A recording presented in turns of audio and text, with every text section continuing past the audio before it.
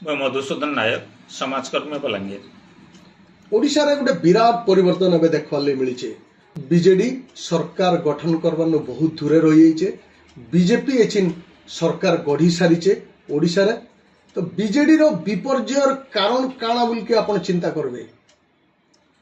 BJD 25 वर्ष धरिक ओडिशा के शासन कला। लोके आस्था प्रकट करके 25 वर्ष धरिक शासन भार देले। तारपर गोटे परिवर्तन आसला। अवश्य गोटे कथा हेसी सर्वसाधारण रे जे दीर्घ दिन धरिक जेन सरकार शासन करसे लोके परिवर्तन जायसन। खाली सेटा ही कथा नुहे, बीजेडी रे भी किसी दोष दुर्बलता आसी। अवश्य गोटे कथा कहा जाई पारे जे जदि से सुशासन न देथिता तो 25 वर्ष धरिक ओडिशा लोक ताके शासन भार नहीं देथिते।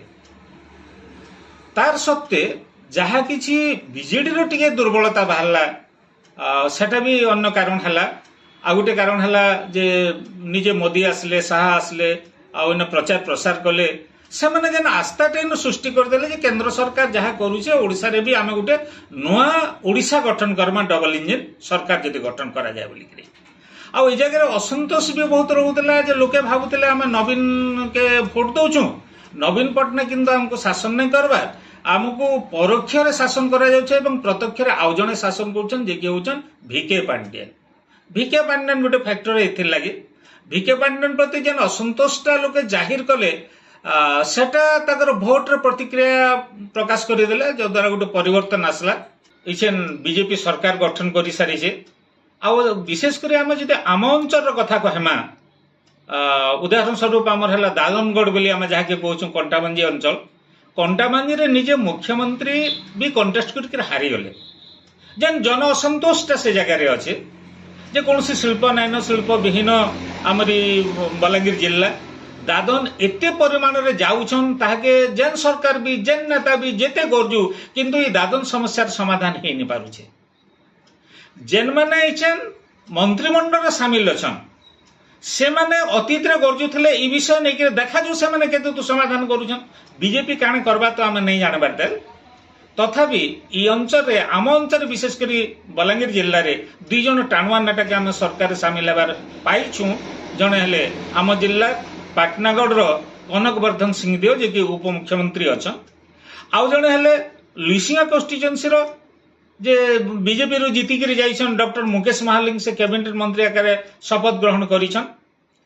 आमर जेन समस्या माने अच्छे ताके समाधान करबे बोली कि आम निश्चित भावे आशा करमा। आ बलांगीर जनसाधारण सेटा भी आशा करूछन। आमको टिके फ्लेक्सिबल भी हिचे जे हमर लोअर सुक्तेल आसलानो किछि शिल्प प्रतिष्ठा करा जाई पारबा, जेतु पानी हे गला। आ विशेष करी कृषि भित्तिक शिल्प भी प्रतिष्ठा करा जाई पारबा जदि सरकार चाहेबे। किए चाहूचे जे बाहर जाकर काम करबार ले, जदि आमर खेत के जदि पानी आसला, जदि जगह शिल्प प्रतिष्ठा हैला तो इंचर लोक दादन आउ नहीं जाए तेन से सुविधा का नहीं पाबार बोले बेकारी समस्या रही छे बोले से माने बाहर के जाकर काम करूछन सब बेले। तो दुईटा समस्या केनता के समाधान बा आमे आशा रखुछु बीजेपी सरकार उपरे। तापर शिक्षा, स्वास्थ्य, कृषि ये तीनटा जिंस आमे तो अण जलसेचित अंचल है। इछार परिस्थिति जहाँ होची आम मरुड़ी आड़ के मही गलान कहते आमर भाषा रे जेनटा कहूँ आम सरग आश्री चाष। सरग आश्री चाष ना मेघ उपर भरसा करके आम चाष करूछु। इछन मेघ नाई न वर्षा नाई हबार मौसुमी आसिक अटकी जाइछे। ई समय धान माने लप लप करथबार कथा। रथयात्रा आसी बसलान आमे खेते धान नहीं बुनुतेल, पल्हा नहीं पकौतेल, जेहेतु आमे मेघ के आश्रा करूछु। ये अवस्था चाषी काना करबा दादन नहीं जाइकिरी। तो हमको जलसेचन दरकार, हमको शिल्प दरकार, दादन समस्यार समाधान हो जाबा एवं कृषक माने दुई पैसा कमाई गुजराण मेंटे पारबे। सरकारी साहाय्य जेते माहालिया देले भी निजे जदि किछि कर्म करि नै पारबे से देश केतेबेले आगे जेई नै पारे। जेनटा कि हम कृषक मान गठन देखा देछे, कृषक माने आनुषंगिक व्यवस्था किछि नै पाइबा।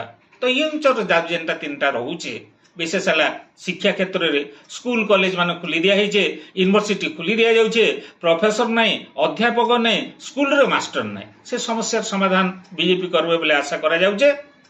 तापर स्वास्थ्य क्षेत्र में जेते हॉस्पिटल अच्छे जेतके आवश्यक परिमाण डाक्तर देवे बोली आशा करा जाउछे। चाषी मान को आनुषंगिक व्यवस्था देकर शिल्प भित्तिक ମାନେ କୃଷି ଭିତ୍ତିକ କିଛି ଶିଳ୍ପ ପ୍ରତିଷ୍ଠା କରିବେ ବୋଲି ଆଶା କରାଯାଉଛି। ଇ ସବୁ ଆଶା ବର୍ତ୍ତମାନ ବିଜେପି ସରକାର ଉପରେ ରହୁছে। ଆଉ ବିଜେପି ସରକାର ଯେନ୍ ନେତୃସ୍ଥାନୀୟ ଲୋକମାନେ ଇ ସ୍ଲୋଗାନ ସେମାନେ ବଲାଙ୍ଗୀର ବାଟରେ ଦେଇଥିଲେ ତାହାକେ ସେମାନେ କେତେ ଦୂର ପୂରଣ କରୁଛନ୍ ଇଛେନ୍ ଆମର ଦେଖବାର ସମୟ ଆସିଛି। ସମୟ କେ ଅପେକ୍ଷା ରହିଲା।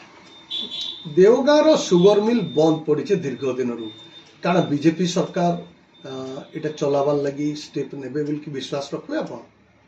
ଦେଓଗାଁର ଚିନି କଲଟା ପହଲା ତ ପ୍ରାଇଭେଟାଇଜେସନ ଥିଲା।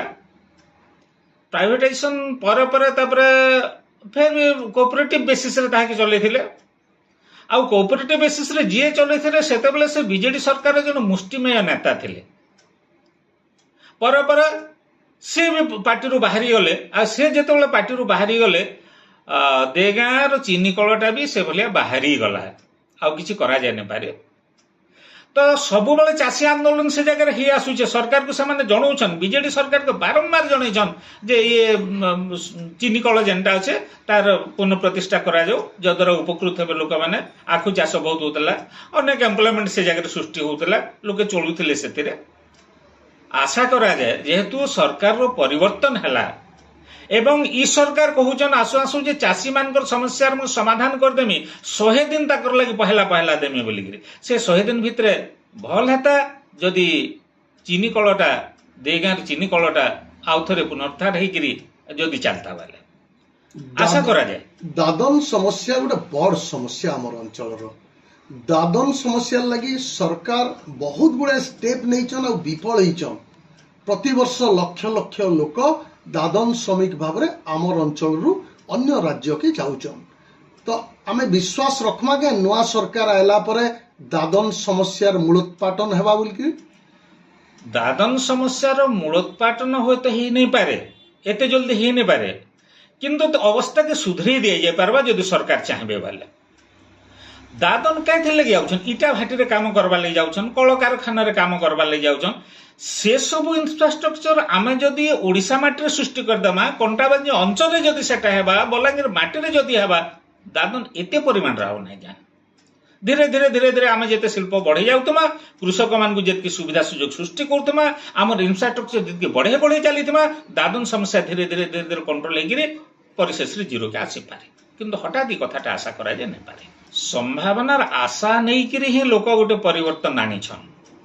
25 ବର୍ଷ ଗୋଟେ ଧାରାରେ ଶାସନ ଚାଲିଲା, କିଛି ସନ୍ତୋଷ କିଛି ଅସନ୍ତୋଷ ତାର ଭିତରେ ରହିଲା। କିନ୍ତୁ ଏବେ ଯେନ୍ ପରିସ୍ଥିତି ଯେନ୍ ପରିବର୍ତ୍ତନଟେ ଆସିଲା, ଲୋକ ନିଶ୍ଚିତ ଭାବେ ଅଧିକା ଆଶା କରିଛନ୍। ଆମେ ଯାହା ଚାହୁଁଛୁ ସେ ପ୍ରକାରର କାମ ବିଜେପି ସରକାର କରବା ବୋଲିକିରି ଆସ୍ଥା ପ୍ରକଟ କଲେ ବୋଲି ତ ଗୋଟେ ପରିବର୍ତ୍ତନ ଆସିଲା ନା। ତ ସେଥିଲାଗି ଆମେ ଆଶା କରମା ଇ ସରକାର କିଛି କରବା।